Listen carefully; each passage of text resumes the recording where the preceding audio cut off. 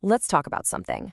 It's one of those feelings that's incredibly common, but we rarely ever say it out loud. It's that quiet, heavy feeling of being unwanted. So many of us carry it around in silence, so today we're going to bring it out into the open. It usually starts with a little question, right? It's not a shout, more like a whisper that just keeps echoing in the back of your mind. Do I actually matter to anyone?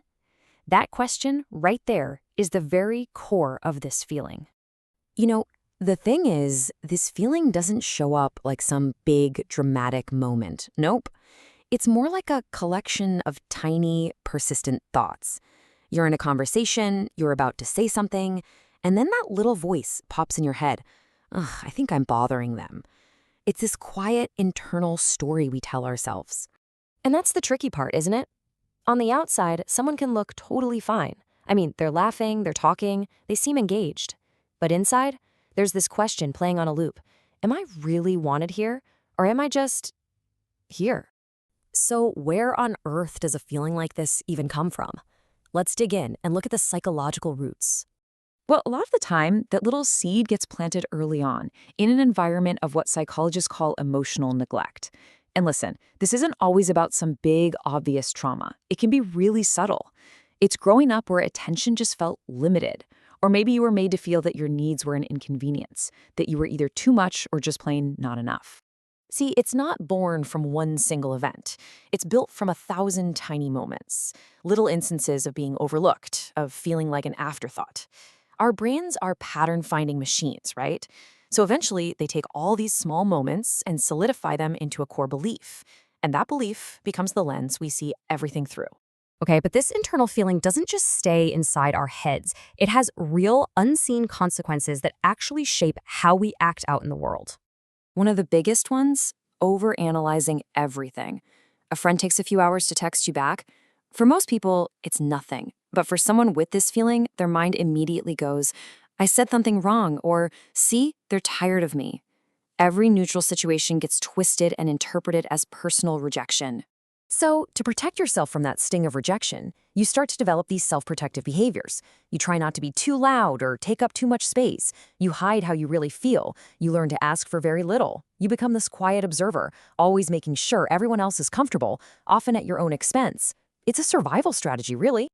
And here is the great irony in all of this. The people who carry this deep-seated feeling of being unwanted, they are often the most caring, the most thoughtful, and the most loyal friends you will ever meet. Why? Because they know exactly how much it hurts to be overlooked. And you see this in everything they do. They're the ones who remember the little details you told them weeks ago. They're the first person to show up when you need a hand. They give kindness away so freely because they are desperately trying to make sure no one else ever has to feel the way they do inside.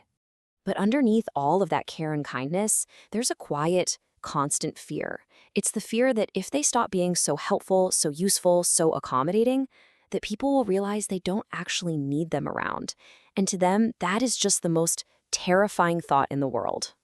All right, we need to reframe this. We have to start seeing this feeling for what it is.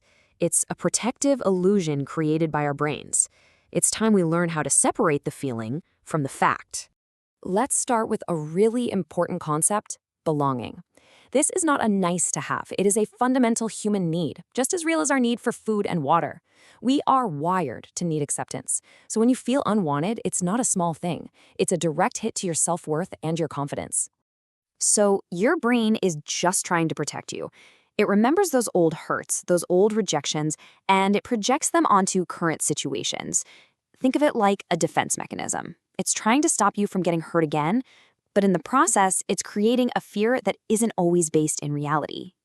Now, this right here is the single most important thing to take away from our time together. So please let it sink in.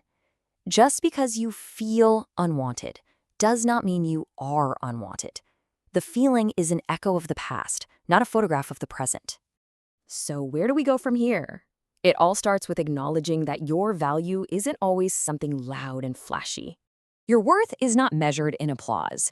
It's not determined by how loudly other people praise you or validate you. Your value just is. It exists completely on its own, whether anyone else sees it in a particular moment or not.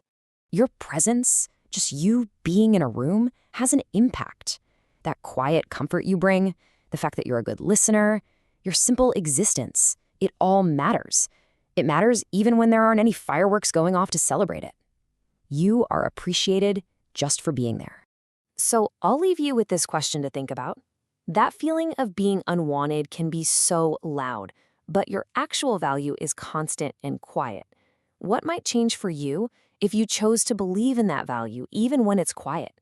What if you trusted that your presence, just as you are, is more than enough